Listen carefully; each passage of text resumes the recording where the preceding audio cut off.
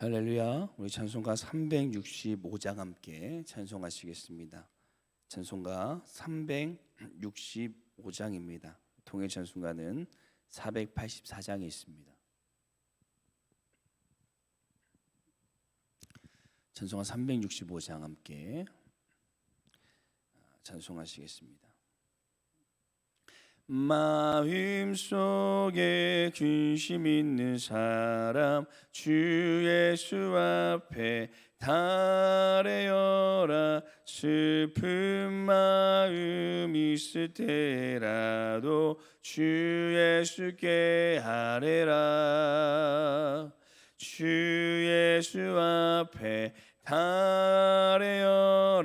주리의 친구니 무엇이나 근심하지 말고 주 예수께 아뢰라. 눈물 나며 깊은 한숨 쉴 때 주 예수 앞에 달래어라. 은밀한 죄 내게 있더라도 주 예수께 아뢰라. 주 예수 앞에 달래어라. 주리의 친구니 무엇이나 근심하지 말고 주 예수께 아뢰라. 괴로움과 두려움 있을 때 주 예수 앞에 달래어라. 내일을 염려하지 말고 주 예수께 아뢰라. 주 예수 앞에 달래어라. 주리의 친구니 무엇이나 근심하지 말고 주 예수께 아뢰라. 죽음 앞에 겁을 내는 자여 주 예수 앞에 달래어라. 하늘나라 바라보는 자여 주 예수께 아뢰라. 주 예수 앞에 달래어라. 주리의 친구니 무엇이나 근심하지 말고 주 예수께 아뢰. 주 예수 앞에 달래어라. 주리의 친구니 무엇이나 근심하지 말고 주 예수께 아뢰라. 아멘. 기도하시겠습니다. 우리의 소망이 되시는 하나님 아버지, 수고하고 무거운 짐진 자들아 다 내게로 오라. 내가 너희를 쉬게 하리라 라고 말씀하신 하나님 아버지의 음성을 의지하며 오늘도 이 새벽을 깨어 주님 앞에 마음을 들여 또 우리의 모든 수고와 무거운 짐을 내려놓고 예배하게 하심을 감사드립니다. 우리의 모든 어려움과 아픔과 수고를 주님 앞에 내려놓게 하여 주시고 우리는 주님께서 주시는 멍에를 짊어지며 주님의 뜻을 따라 살아갈 수 있는 믿음의 삶이 되게 하여 주시옵소서. 제 많은 이 세상이 우리의 거처가 아님을 믿습니다. 하지만 여전히 그 세상이 우리를 유혹하며 그곳에 우리의 처소를 짓게 만듭니다. 하지만 우리의 처소가 저 하늘에 있음을 오늘도 우리가 기억하며 이 땅에 매이는 삶이 아니라 하늘에 매이는 삶, 하나님의 뜻을 따라 살아가는 믿음의 삶이 되어질 수 있도록 우리를 붙들어 주시옵소서. 그래서 우리가 이 땅에 살아가지만 하늘의 소망을 품으며 주님의 뜻 가운데 나아가는 귀한 믿음의 삶이 될 수 있도록 우리를 붙들어 주시옵소서. 오늘도 성령님께서 우리의 모든 삶을 주장하여 주시고 인도하실 것을 믿사오며 예수님 이름으로 기도드립니다. 아멘. 오늘 함께 보실 말씀은 예레미야 말씀입니다. 예레미야 31장 1절에서 9절 말씀, 구약성경 1100페이지에 있습니다. 예레미야 31장 1절에서 9절 말씀, 구약성경 1100페이지에 있습니다. 우리 찾으셨으면 함께 교독하도록 하겠습니다. 제가 먼저 봉독하겠습니다. 예레미야 31장 1절에서 9절 말씀입니다. 여호와의 말씀이니라. 그때 내가 이스라엘 모든 종족이 하나님이 되고 그들은 내 백성이 되리라.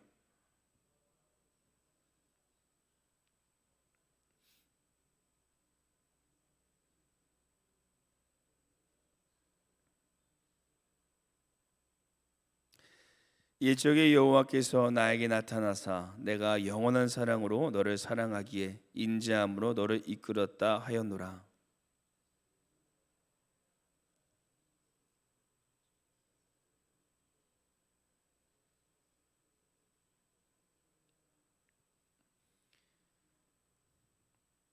내가 다시 사마리아 산들에 포도나무를 심되 심는 자가 그 열매를 따기 시작하리라.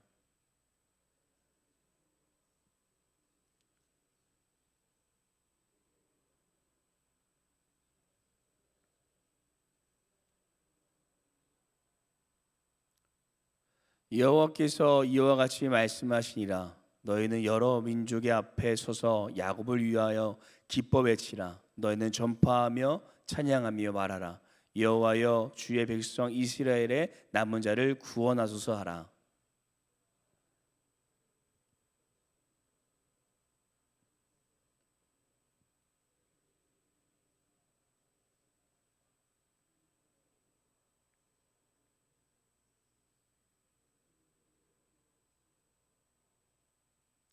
그들이 울며 돌아오리니 나의 인도함을 받고 강구할 때에 내가 그들을 넘어지지 아니하고 물 있는 계곡의 고든 길로 가게 하리라. 나는 이스라엘의 아버지요 에브라임은 나의 장자니라. 아멘. 한 가족이 여행에서 돌아오다가 큰 사고를 당하고 말았습니다. 그 사고로 인해 이 아버지와 아들은 이 두 개의 보조다리 없이는 걸을 수 없게 되었다라고 합니다. 아들은 힘들 때마다 아버지를 바라보며 위로를 얻고 힘을 얻었습니다. 그러던 어느 날 그 가족 눈앞에 아주 긴박한 상황이 펼쳐지고 말았습니다. 차도에 한 어린 꼬마가 뛰어들게 된 것입니다. 그런데 아들의 눈에 믿을 수 없는 일이 벌어졌습니다. 아버지가 보조다리 없이 그 아이를 향해 이 전속력으로 달려가는 것이었습니다. 아들은 자신의 눈을 의심하며 어머니께 물었습니다. 엄마도 봤지? 아빠가 걷는 거. 하지만 이 어머니 얼굴은 아주 담담했습니다. 그리고 엄마가 이렇게 말했습니다. 얘야, 놀라지 말고 엄마 말을 잘 들어.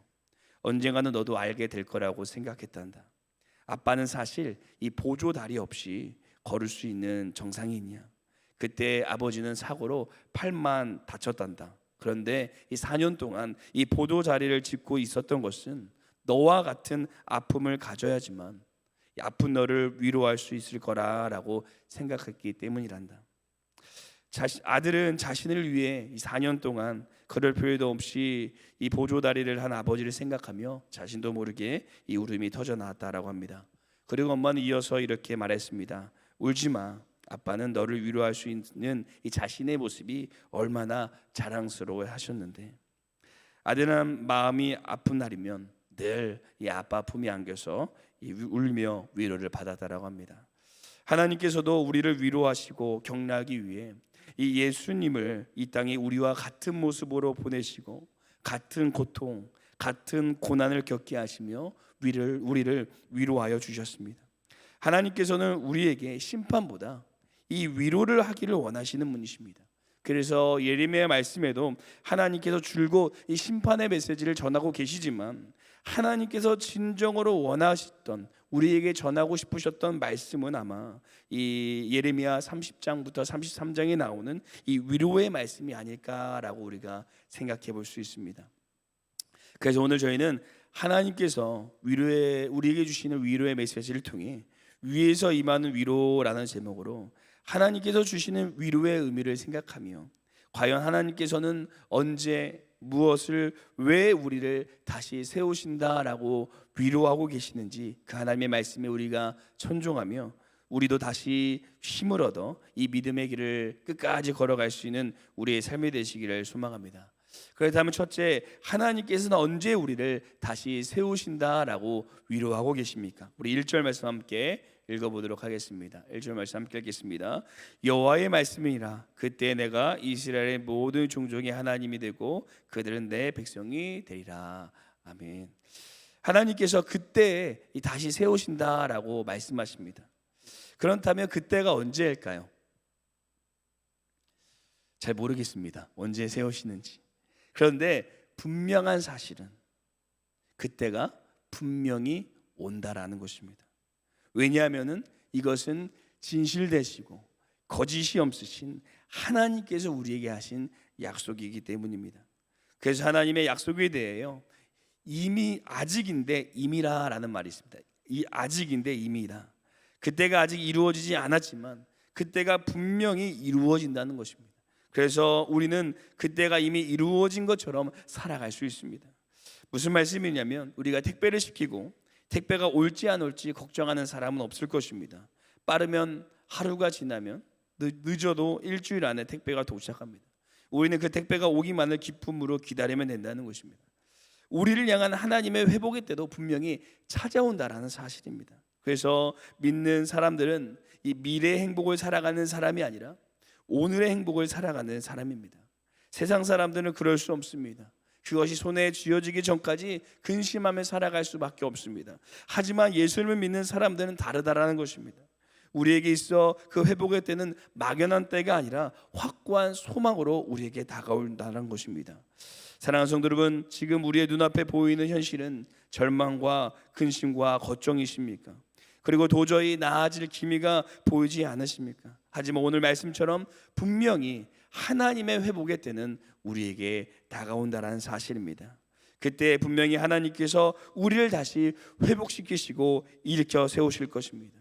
그래서 그 신실하신 하나님을 신뢰함으로 아직인 미래의 행복이 아니라 우리에게 주어질 이 이미의 현재의 행복을 품고 살아갈 수 있는 우리 모두가 되시기를 간절히 소망합니다. 그럼 둘째, 하나님께서 우리의 무엇을 다시 세우신다라고 위로하고 계십니까? 오늘 이 첫 번째로 4절 말씀을 보시면 처녀 이스라엘아, 내가 다시 너를 세우리니 네가 세움을 입을 것이요 네가 다시 소고를 들고 즐거워하는 자들과 함께 춤을 추며 나오리라 라고 이렇게 말씀하고 있는데요, 지금 이스라엘이 지칠 대로 지쳐있는 이 그런 상황 가운데 삶에 어떠한 이 소망도 보이지 않는 이 이스라엘의 그런 마음 가운데 하나님께서는 그들의 마음을 위로하여 주시며 하나님의 즐거움, 하나님의 화평을 누리게 하여 주신다라고 그들의 마음을 첫 번째로 위로하고 계시고, 두 번째로 5절에 보시면 포도나무들을 심되 심는 자가 그 열매를 따기 시작하리라 라고 말씀하고 있는데요, 농부가 가장 행복할 때는 바로 이 자신이 심은 이 나무의 열매가 맺을 때입니다. 하지만 지금 이스라엘 상황은 전혀 그렇지 않았습니다. 열매도 나지 않고 심지어 누가 와서 그들이 심은 열매를 짓밟기까지 했습니다. 하지만 하나님께서 위로하시며 그들의 무너진 삶을 다시 세워주신다라고 위로하고 계신 것입니다. 마지막 세 번째 6절에 보시면 시온에 올라가서 우리 하나님 여호와께 나아가자라고 말씀하고 있는데요, 이 말은 시온 곧 하나님을 향한 예배를 말하면서 하나님께서 그들의 무너졌던 영적인 것들을 다시 회복시키셔서 하나님 앞에 나아가 하나님을 예배하는 하나님의 백성으로 다시 세워주실 거다라고 말씀하고 있는 것입니다. 곧 하나님께서는 이스라엘 백성들의 무너진 마음, 무너진 삶, 무너진 영적인 모든 것들을 세워주실 거다라고 위로하고 계십니다. 이처럼 하나님의 위로는 실질적인 것입니다. 말로만 하는 위로가 아니라, 형식적인 위로가 아니라, 단편적인 위로가 아니라 우리의 삶의 모든 부분, 우리의 전인적인 모든 부분을 세우시고 회복시키신다라고 우리에게 위로하고 계십니다. 사랑하는 성도 여러분, 혹시 우리도 삶에 무너진 자리가 있으십니까? 어떠한 소망이 보이지 않는 현실에 무너진 우리의 마음들, 심은 것 같으나 나지 않고, 심은 것 같으나 열매가 없음에 무너졌던 우리의 삶의 문제들, 여전히 하나님을 온전히 바라보지 못하며 영적인 갈급한 가운데 있는 영적인 문제들이 우리 앞에 놓여 있지는 않으십니까? 오늘 이 새벽에 하나님께 기도하실 때 하나님의 특별한 위로가 우리 가운데 함께하여 주실 줄로 믿습니다. 마지막 셋째, 하나님께서는 우리를 왜 세우신다라고 위로하고 계십니까? 저는 아들을 보면서 아버지 되신 하나님의 놀라운 사랑을 깨닫게 되는데요, 제 아들이 매일 웁니다. 밥 달라고 울고, 재워달라고 울고, 똥 치워달라고 울고, 아직 아기라 울기만 하고 잘하는 것이 하나도 없는데요, 그런데 생각해 보니까 잘하는 게 딱 하나 있었습니다. 그것이 바로 우는 것입니다. 아기가 우니까 제가 그 앞에 달려가게 됩니다. 무엇을 잘해서가 아니라 무엇을 못해도 아기가 울면 저는 그 앞에 서 있는 저를 발견하게 되었습니다. 아버지니까 그 아이의 울음에 반응하고 그 모든 것이 용서되고 모든 것이 사랑스러워 보이게 됩니다. 아마 우리 성도님들께서도 자녀를 키우시면서 그런 경험이 다 있으실 텐데요, 오늘 하나님께서도 우리에게 말씀하십니다. 왜 우리를 다시 세우신다는 것입니까? 우리가 잘난 것도 아니고 매일 죄짓고 매일 하나님 앞에 무너지는 우리의 삶이지만 왜 하나님께서 우리를 회복시킨다고 말씀하십니까? 이유는 단 한 가지입니다. 우리 9절 말씀 함께 읽어보도록 하겠습니다. 함께 읽겠습니다. 그들이 울며 돌아오리니 나의 인도함을 받고 강구할 때에 내가 그들을 넘어지지 아니고 무리는 계곡 고든 길로 가게 하리라. 나는 이스라엘의 하나님이요 에브라임은 나의 장자니라. 아멘. 바로 하나님께서 우리의 아버지가 되시기 때문에, 또 우리는 그분의 자녀가 되기 때문에, 다른 이유 하나 없이 하나님께서는 우리들을 위로하여 주시고 세우신다라고 말씀하고 있습니다. 제가 예전에 이 공공의 적이라는 영화를 본 적이 있습니다. 범죄자가 이 부모님을 죽이게 되는데, 이 경찰이 분명히 심증은 있는데 물증이 나오지 않는 것입니다. 그런데 그 물증이 어디에서 나왔냐면 바로 어머니 입속에서 그 아들의 손톱이 발견되었습니다. 살해 당시 어머니는 죽어가면서도 자신을 죽이는 아들의 범죄를 숨겨주기 위해서 현장에 떨어져 있던 아들의 손톱을 먹고 죽었던 것이었습니다. 이것이 바로 부모님의 마음이고, 자신의 하나밖에 없는 아들을 내어주시면서까지 우리를 사랑하셨던 하나님의 마음인 것 같습니다. 그래서 사도 바울은 이 로마서 5장 8절에 하나님의 사랑을 이렇게 고백합니다. 우리가 아직 죄인 되었을 때 그리스도께서 우리를 위하여 죽으심으로 하나님께서 우리에 대한 자기의 사랑을 확증하셨느니라. 아멘. 사랑하는 성도 여러분, 오늘 하나님께서 예레미야를 통해 우리에게 분명히 들려주고 싶으신 위로의 말씀은 내가 너의 아버지가 된다라는 것입니다. 그리고 너희는 나의 자녀라는 것입니다. 대통령이 내가 아는 사람만 되어도, 이 대기업 총수가 내 지인만 되어도 우리의 어깨에 힘이 들어갈 텐데, 전능하신 하나님께서 우리의 아버지가 되어주시는 것이 얼마나 감당할 수 없는 큰 기쁨과 위로가 되시겠습니까? 정말 그 하나님께서 살아계셔서 나의 아버지가 되어주신다는 것이 우리의 삶을 살아가면서 얼마나 큰 위로가 되겠습니까? 오늘 그 하나님 아버지 앞에 9절의 말씀과 같이 간구하며 하나님을 의지하며 우리의 모든 아픔과 어려움과 근심을 주님 앞에 토로하며 믿음으로 기도할 수 있는 귀한 시간 되시기를 간절히 소망합니다. 그럴 때 우리의 아버지 되신 하나님께서 우리 앞에 서 계시며 우리를 위로하여 주실 줄로 믿습니다. 기도하시겠습니다. 우리의 위로자 되신 하나님 아버지, 삶에 무너진 우리의 자리에 하나님의 위로의 말씀을 들려주심을 감사드립니다. 하나님께서 분명히 우리를 다시 세워주심을 믿고 아직이 아닌 임의의 행복을 누리며 살아갈 수 있는 우리의 삶이 되게 하여 주옵소서. 또한 그 하나님께서 우리의 아버지 되어 주셔서 우리를 위로하여 주시고 보호하여 주시고 책임져 주시고 인도하여 주심을 믿습니다. 오늘 이 새벽에 우리의 모든 문제와 아픔과 어려움을 그 아버지 되신 하나님 앞에 내려놓고 기도함을 통해 하나님의 위로하심, 하나님의 역사하심, 하나님의 응답하심을 경험하는 은혜의 시간이 되게 하여 주시옵소서. 감사드리며 우리 아버지 되신 하나님께서 우리의 모든 삶을 붙드시고 위로하시고 회복시켜 주실 것을 믿사오며 감사드리며 예수님의 이름으로 기도드립니다. 아멘. 하늘에 계신 우리 아버지여, 이름이 거룩히 여김을 받으시오며 나라가 임하옵시오며 뜻이 하늘에서 이루어진 것 같이 땅에서도 이루어지리다. 오늘 우리에게 일용할 양식을 주시옵고 우리가 우리에게 죄진 자를 사하여 준 것 같이 우리 죄를 사하여 주시옵고 우리를 시험에 들게 하지 마시옵고 다만 악에서 구하시옵소서. 나라와 권세 영광이 아버지께 영원히 있사옵나이다. 아멘. 오늘 이 새벽을 깨며 함께 기도하실 때 먼저 두 가지 기도의 제목을 품고 기도하겠습니다.